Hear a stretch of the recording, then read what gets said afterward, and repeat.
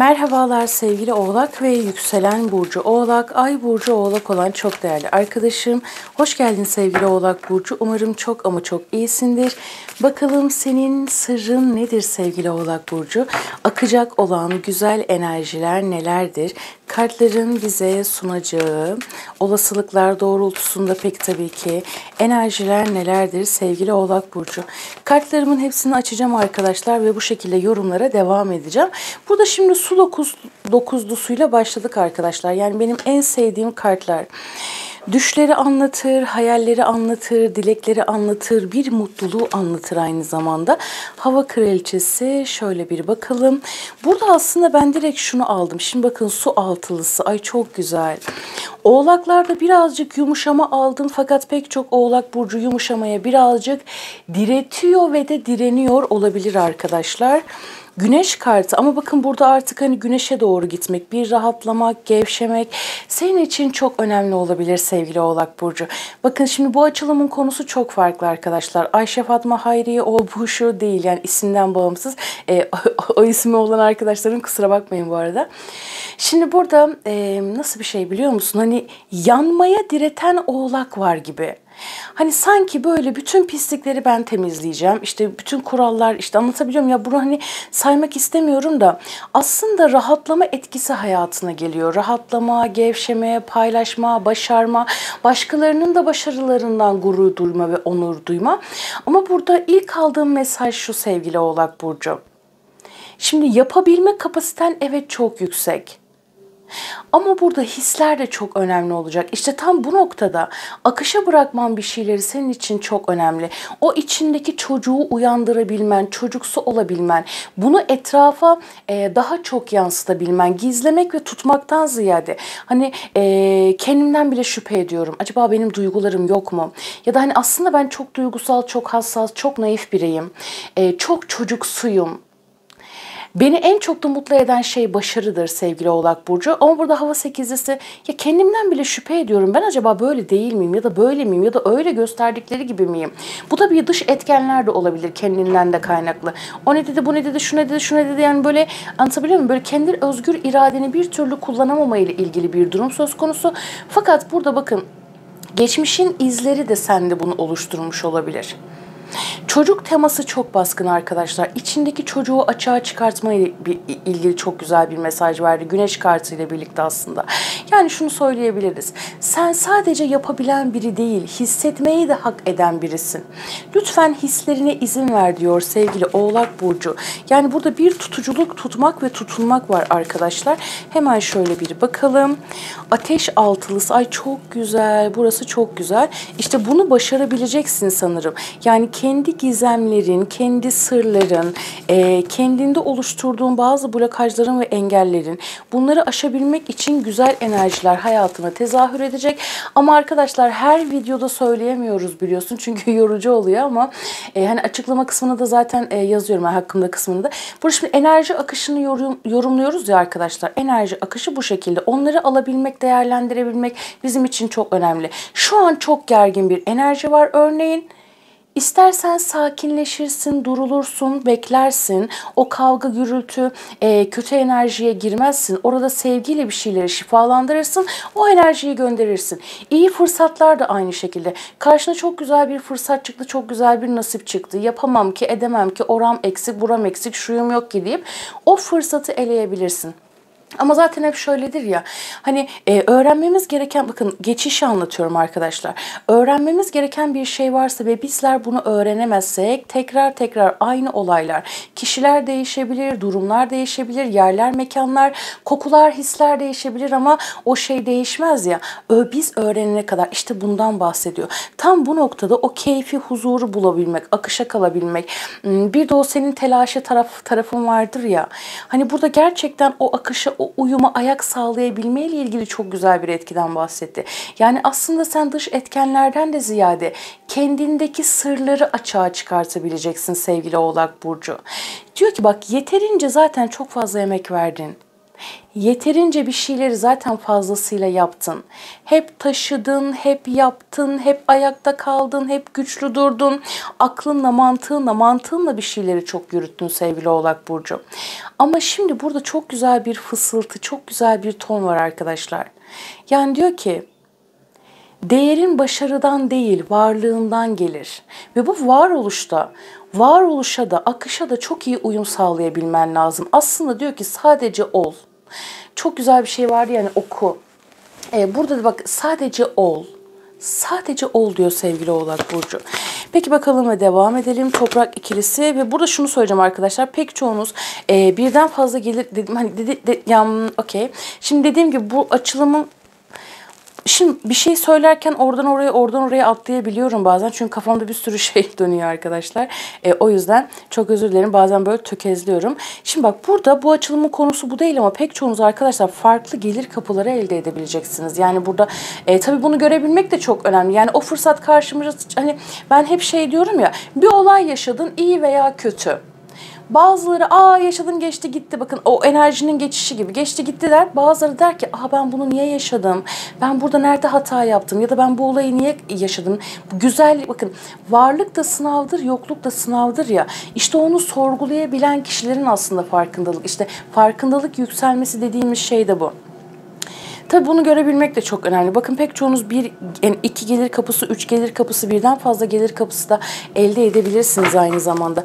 Yani burada ikilemde kalma ile ilgili, hani onu oraya ekledim, bunu buraya ekledimle ilgili noktalarda tam böyle güçlü, hani olmak dedik ya, tam güçlü bir enerji, başlangıç noktasına geçebileceğini söyledi. Tabii buraya kadar geldiysen, abone değilsen abone olmayı unutma sevgili Oğlak Burcu. Arkadaşlar emeğin hakkını verelim. Alma verme dengesini lütfen sağlayalım. Tabii her şeyden önce bu güzel enerjiye dahil olabilmek için. Şimdi bak ateş onlusu. Aşırı bir çatışma halinde stres, kaygı, dengesizlik bunları yumuşatman lazım. Eğer şu an yaşadığın bazı engeller varsa birazcık da bunlardan kaynaklanıyor olabilir dedi açıkçası.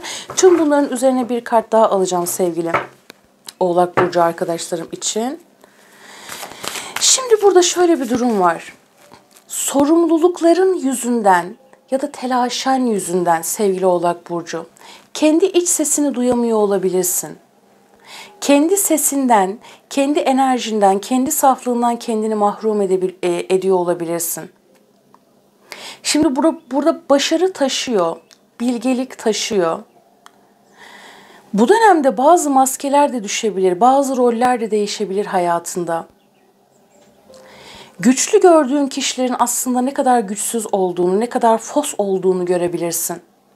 Ya bu aslında böyle miymiş? Bak pat bunlar böyle tak cevap olarak karşına çıkabilir. Tabii yine altını çizelim. Hepsi bizim farkındalığımıza göre şekillenir arkadaşlar.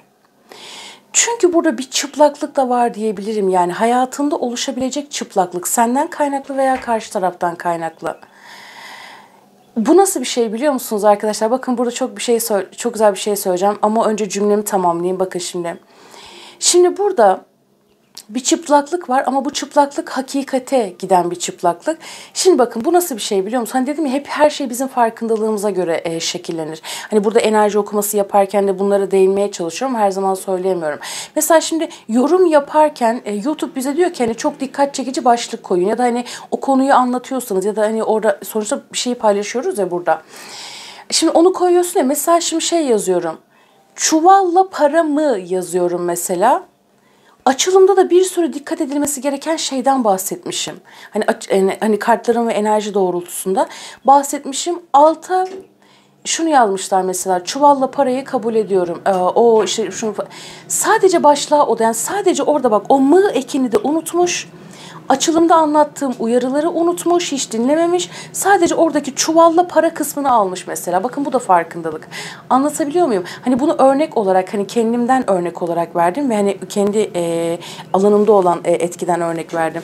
Yani o yüzden işte olaylar bizim farkındalığımıza göre çok şekilleniyor. Biz neyi ne kadar alıyorsak bunlar çok önemlidir sevgili Oğlak Burcu.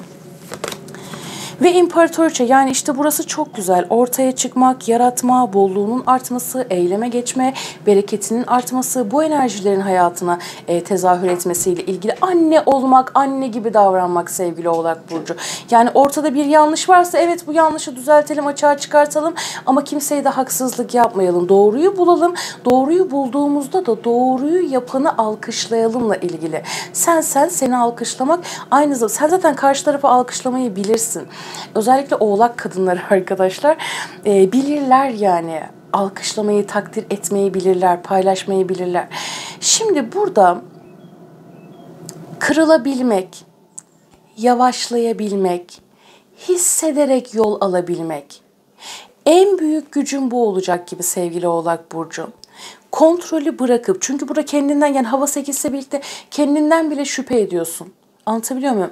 Yani kontrolü bırakmak, artık o içindeki çocuğu hissederek hayatı yaşamayla ilgili çok güzel bir mesajdan bahsetti. Derleyeyim, toparlayayım, düzenleyeyim, oldu mu olacak mı gibi. Bakın bazılarınız özellikle böyle olan arkadaşlarım varsa burada birazcık böyle daha dinlen. Gerçek üretkenliğin, ya da şimdi üretmek sever ya Oğlaklar. Şimdi gerçek çalışmak, gerçek üretkenlik, gerçek çalışkanlık. Bakın az önce ben o örneği niye verdim biliyor musunuz? Bazı insanlar, çünkü hani düz mantık yaşayanlar vardır ya. Hani yüce ruhlar, yani tekamül dediğimiz şey. Yüce ruhlar, bilge ruhlar, hassas ruhlar, inançlı, merhametli ruhlar. Zaten her şeyi bilirler, görürler. Yaşadıkları her şeyden ders. Ama bir de düz insanlar vardır ya. Hata yapıyor, pişkin pişkin karşında güler, sırıtır mesela. Umrunda değildir onun hiçbir şey. Umrunda değildir, göremiyordur yani. Böyle bir etkiden bahsediyor. Ve burada diyor ki sen her şeyi düzeltmek zorunda değilsin sevgili Oğlak Burcu. Değil mi? Evet arkadaşlar, İmparatoriçe ile kapattık. Şimdi arkadaşlar daha bitmedi. Diğer kartlarımızı alalım ve bu şekilde toparlama yorumlarını yapalım. Şimdi önce melek kartlarımızı alalım. Sen de iyice odaklan bakalım. Yani burada kalbe dönmek, içe dönmek, hislere dönmek çok önemli derken güneş ve diyor ki bak ışığa git. Işığa git. Ve burada geçmiş, şimdi su altılısıyla birlikte geçmişte başarı neydi? Geçmişte senin için var olmak neydi? Nasıl bir şeydi? Belirli kalıplara mı kendini hapsettin sevgili Oğlak Burcu, hava 8'si ve artık diyor ki bak şu an pek çok Oğlak Burcu, bazılarınız bunu çoktan aşmış olabilirsiniz. Hava etkili olanlar, ateş etkili olanlar arkadaşlar. Aşıyorsunuz, aşacaksın. Tabii toprak etkisi de var ama bak burada geçmişte bildiklerinin dışına çıkman lazım, artık lazım, öyle lazım sevgili Oğlak Burcu. Hani bir şeyler zaten seni tetikleyecek, enerji akışını yorumluyoruz ya arkadaşlar. Kalbinin sesi, iç huzur, akışkanlık, bunlar çok önemli olacak senin için diyor. Ruhunun sesini dinlemek deriz ya, kalbinin sesini dinlemek. Hani geçmişte olan o kalıplardan çıkmayla ilgili, anlama geçmeyle ilgili. Şimdi bak bu da şunu söylüyor, diyor ki ışığa git. Karanlığı bırak. Düşüncelerinle, konuşmalarınla ışığı yarat, kabusunu değil diyor sevgili Oğlak Burcu. Peki bakalım. Ve nefes al, kocaman derin bir nefes al, bu konuyu meleklerine bırak, tüm sıkıntıyı, endişeyi de güzel bir nefesle bırak ve ışılda diyor. Hemen bir bakalım, şu gelmek istedi. Ve araştır. Farklı seçenekler dene sevgili Oğlak Burcu. Hani burada farklı alternatifler, yollar, yöntemler, birden fazla gelir kapısı demiştik ya.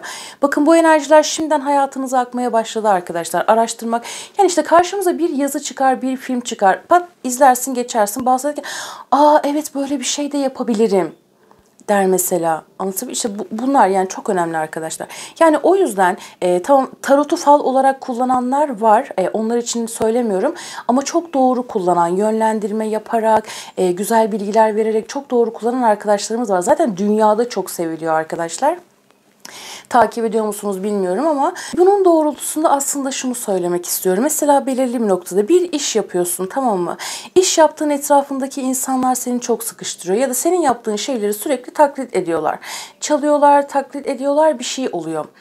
Orada onunla uğraşmak yerine, bakın enerjiyi anlatıyorum. Orada onunla uğraşmak yerine sen karşına bir şey çıktı. Diyorsun hemen orada yenilik katıyorsun mesela, o veya onlar.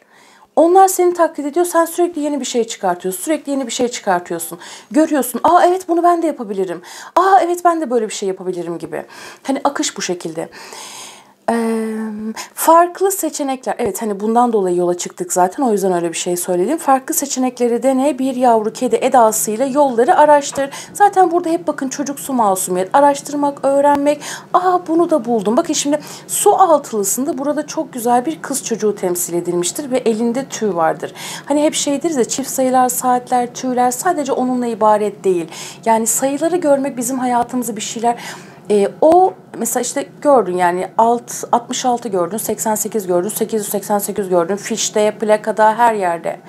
Gördün ama o senin o anki durumunu anlatır. Yani 88 bolluk, bereket, evet öyle ama o anki durumuna göre şekillenir o. Yani içinde bulunduğun o anki durumuna göre alacağın derecede şekillenir.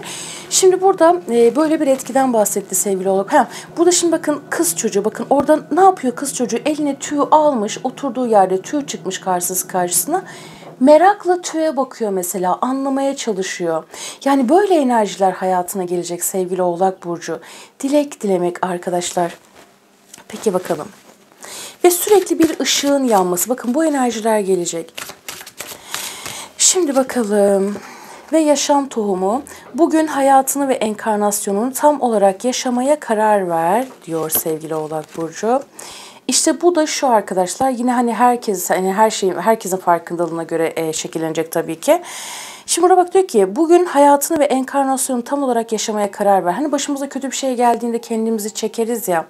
Ya da işte bir kusur diye bir şey yok tabii de. Yani benim için sadece yani tek ayrımcılık iyi ve kötü. Onun dışında hiçbir olan ayrımcılıklara çok karşıyım. Şimdi burada küçücük bir şey olur, çekinirsin, ne bileyim işte bir yerinde yara vardır, utanırsın mesela aslında gibi. Hani burada hayatı akmayla ilgili, hayatı yaşamayla ilgili, kalıplardan çıkmayla ilgili, işte çok lüks araba alayım da beni çok sevsinler. Çok param olsun da beni çok sevsin. Bunlardan böyle bir çıkmayla ilgili, bazı kalıplardan çıkmayla ilgili çok güzel bir mesaj verdi. Bu enerjiler akacak diyor. Ve yol ayrımı, sana çeşitli seçenekler sunuluyor. Senin için en iyi olanı bulmak için çabala. Zaten burada seçeneklerden, alternatiflerden bahsetmiştik ve bunlarla ilgili örnekler vermiştim sevgili Oğlak Burcu. Ay, yoruldum. Konuştukça arkadaşlar ve kartları da çektikçe sürekli bilgi akıyor tabii. Bakalım şimdi hayvan ruhundan ne gelecek diyelim. Tavşan ruhu, ay çok severim arkadaşlar. Şimdi Mayıs ayını da şimdi tavşan ruhu, bakın diyor ki şanslı zaman, şanslı bir zamandasın. Burada aslında hani sorumluluk olarak gördüğün şeyleri yeniden gözden geçirmek çok önemli olabilir senin için. Yani gerçekten hepsi sana mı ait? Bak burada hep kendinden şüphe etmek var ya. Gerçekten bu sorumlulukların hepsi sana mı ait? Burada bak, burada da şu geldi arkadaşlar. Burada da şu geldi. Bakın çıkan kartlardan önce, yani çıkan kartlardan ziyade verilen mesajlar o kadar çok önemli ki. Yani kart çıktı. Mesela bir şey ilgilenen arkadaşlarım için de söylüyorum. Kart çıktı, bakıyorsun aha ne kadar şanslı bir zamandayım, böyle bir şey değil tabii ki. Yani kartların uyumları da çok önemli. Şimdi burada nasıl bir şey söylüyor biliyor musun? Şimdi bak, yardımlaşmanın bile sınırı vardır ya. Yani şöyle, biri var sürekli senden, yani ya çok sevdiğin biri var, bir arkadaşın ya da aile bireyi, hiç fark etmez. Yardım ediyorsun, tekrar ediyorsun. Yani belirli bir yerde bir şeyi kesmediğin zaman o kişinin tekamülüne de sen engel oluyorsun. Yani o acıyı yaşayacak, onu öğrenecek, yani onu yaşayacak, deneyimleyecek ki bir şeyler öğrenecek. Yani orada hem kendi hakkına giriyorsun hem de karşı tarafın hakkına giriyorsun. Yani yine her şey dengeye ve sınırlara geliyor arkadaşlar. Şanslı bir zaman diyor senin için sevgili Oğlak Burcu. Ve kokarca ruhu, bakın değerinizi bilin arkadaşlar. Yani son söylediğimiz şey işte değerini bil. Değerini bil sevgili Oğlak Burcu. Hani hep şey denir ya, örnek verirken de pek çok şeyden, bu sadece bu konularla alakalı değil. Hani önce kendine maskeyi tak denir ya da önce kendine. Bu bencillik değil arkadaşlar. Tabii sınır çok önemli. Tabii ki yardımlaşmak çok önemli bir şey. Ama eğer burada bir abartı varsa, abartıya kaçılan durumlar varsa orada artık hani bir şeyleri bir kısman lazım diyor sevgili Oğlak Burcu. Tabii burada sabırla büyümek de var. Yani ne kadar şanslı bir zaman içerisinde olduğunu gördük zaten. Kimse görmese de sen zaten gerçekliği fark edeceksin sevgili Oğlak Burcu. Yani burada bir lider olmak da var arkadaşlar. Bir saniye. burada hani bak, başkalarına yine yardım etmek var, başkalarına yine yol göstermek var ama bu kendini paralar doğrultusunda değil. Paralar doğrultusunda değil. Yol göstermek evet yine devam ediyor ama paralamak olarak değil, böyle kendini yıpratarak değil. Ve çocuk sihirli dedi. Olumlu nitelikler, her şeydeki kutsal güzellik potansiyelini gör. Bakın burada çocuk temaları çok demiştik. Bakar mısınız arkadaşlar? Her şeydeki kutsal güzellik potansiyelini görme, her şeyin mümkün olduğu inancı. Bakın bu da yüklenecek. Bu da gelecek, bu da yüklenecek sevgili Oğlak Burcu. Ama bakın her şeyin gölge tarafı vardır. Peki bunun gölge tarafı nedir dediğimizde kötümserlik, depresyon ve mucizelere inanmama, büyümek için enerji ve eylemin gerekli olmadığına inanma. Bakın bu da gölge tarafı. Tüm bu güzel kartların ne kadar gölge tarafları var. Bak ne kadar güzel kartlar. Başarı ne kadar güzel falan. Ama hepsinin gölge tarafları var. Bu da düşmemen gereken hal ve tutumdu. Bir tane daha alalım sevgili Oğlak Burcu. Ne gelecek diyelim. Ve bakın yine çocuk geldi. Arkadaşlar işte temiz enerji böyle bir şey arkadaşlar. Çocuk ve ilahi. Olumlu nitelikler, masumiyet, saflık ve kefaret, ilahi varlıkla özel bir bağ akla getirir. Bunu yaşıyor musun? Yaşayan arkadaşlarım vardır da zaten hani o öğretileri aldığımızda belirli bir noktadan sonra yanlış bir şey yaptığında ya da yanlış bir şey düşündüğünde ben yapıyorum mesela, aman Rabbim kızar. Aman Rabbim kızar. Bu yanlış mı? Ya her şeyi böyle tartma noktasına geliyorsun. Burada bak bir saflık gelecek, bir masumiyet gelecek. Bağlantın da çok yükselecek sevgili Oğlak Burcu. Peki bunun gölge tarafı nedir dediğinde, bak gölge tarafı nedir dediğimde kendini olumsuz güçlere karşı savunma yetersizliği sevgili Oğlak Burcu. Yani burada çok güzel bir söz vardır. Yani düşük enerjide olmak, düşük. Yani buna sen çıktığın zaman diğerleri zaten vız geliyor, tırıs geliyor. Gidiyor. Yani böyle bir şeydi. Peki böyle güzel bir enerjiden bahset. Yani enerji akışların çok tatlıydı. Yani en çok senden keyif aldım diyebilirim açıkçası sevgili Oğlak Burcu. Yani sürekli güçlü görünmeye çalışmak ya da böyle hani aslında bir şeyler kötü gidiyorken, yani oğlaklarda hani kuyruğu dik tutmak, bir şeyler kötü gidiyorken, yani hastaysan hastasın, yorgunsan yorgunsun. Bunu aşan arkadaşlarım zaten aşmıştır. Onlar için söylemiyorum. Onlar için söylemiyorum arkadaşlar.